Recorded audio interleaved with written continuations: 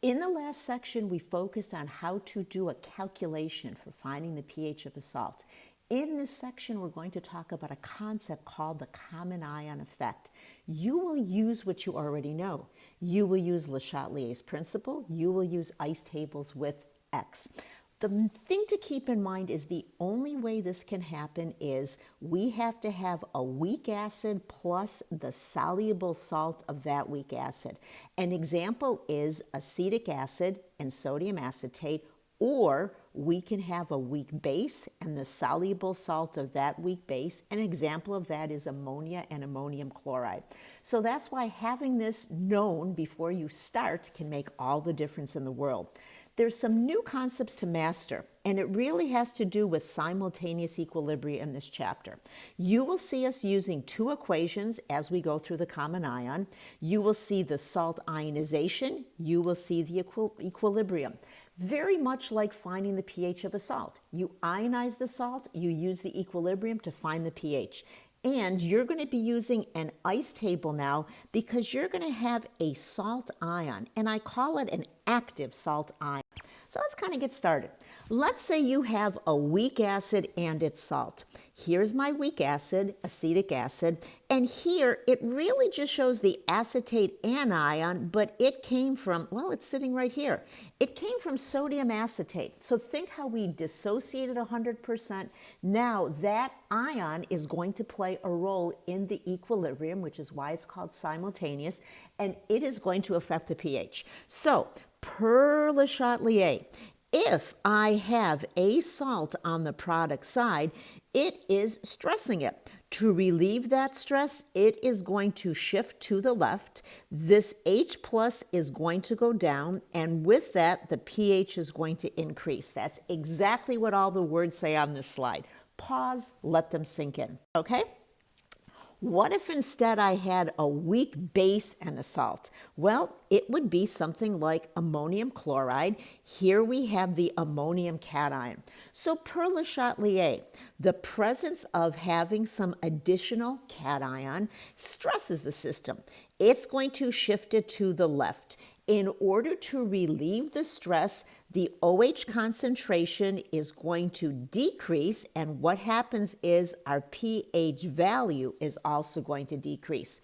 Another way to say it is dissociation of ammonia decreases when the strong electrolyte like ammonium chloride is added. Again, pause, let the concept sink in. What's the rest of this little YouTube video? It's doing the calculation. First, I do the weak acid, which is acetic acid, but it could be any acid, HA, and its corresponding salt, sodium acetate. I have my first equation, which is where I'm dissociating the salt 100%. Hey, I got the right arrow here.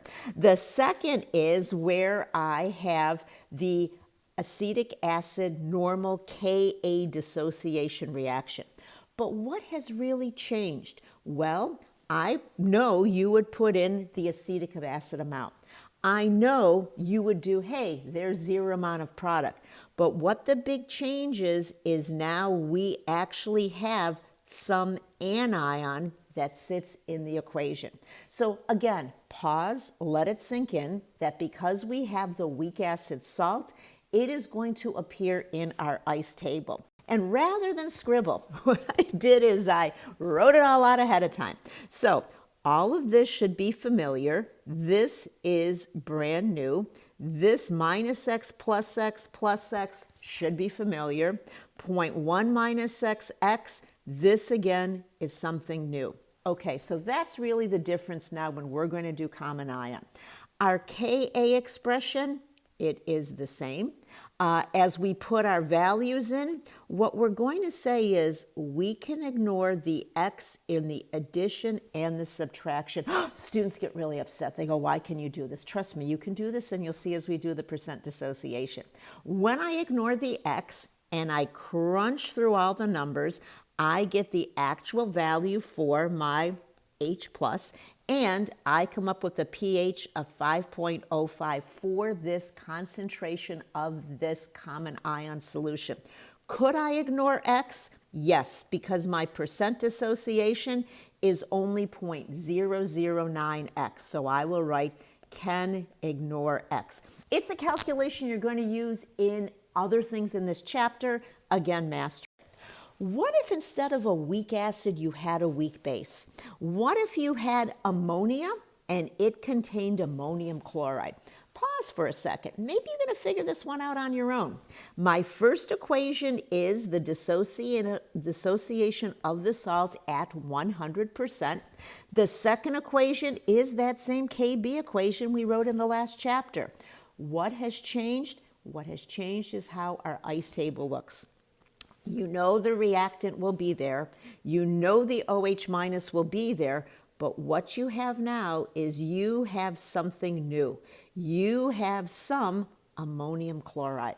So that is the main change here. We have minus x, plus x, plus x, and we're coming up with 0.10 minus x, 0.20 plus x, and x. So again, this is the new piece. And normally, like I said, I would be writing this on the blackboard. I would be pausing. I would be walking in the room. So you're allowed to pause this because you're watching a video. On the last slide, I have all the numbers worked out. So again, I'm sure you got the initial ammonia and the 0 for the OH minus. This is the new piece, putting in what the salt contributes. This is the new piece, looking at the equilibrium line. This still remains the same. What you do is you put in all of your things from the equilibrium line. Once again, we ignore these x's because we will show that you can do it, and we solve for x. Keep in mind that this is now OH minus. This is not H plus. So you can find the POH, and that will then lead you to the pH. Was I allowed to do this? Well, looking at the percent dissociation, definitely less than 0.5%. Again, please, before you move on deeper into this chapter, take some time. It may take a day or two. Take some time to make sure you can replicate this on your own.